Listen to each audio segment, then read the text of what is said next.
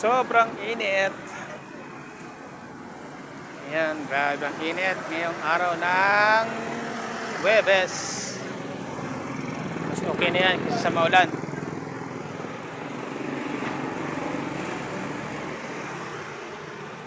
Grabe. Mas maganda na yan kasi sa maulan. Ayan, nakapila tayo dito sa Moreno. Tayo ay nag-aabang ng mga player na maglalaro sa Eco Field.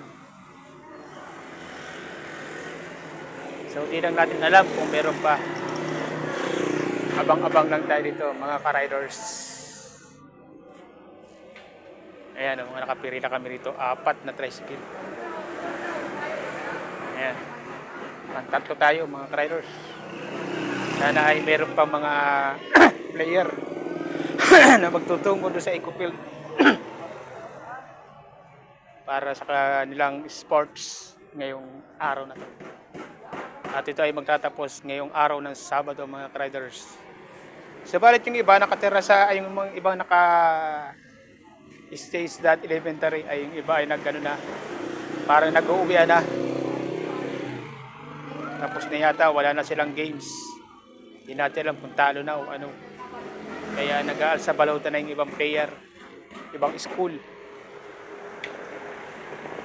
na naka-stay sa Diet Elementary.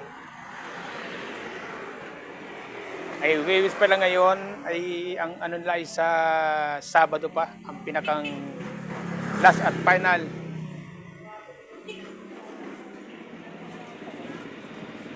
Let's Hawan nga rin kaswap.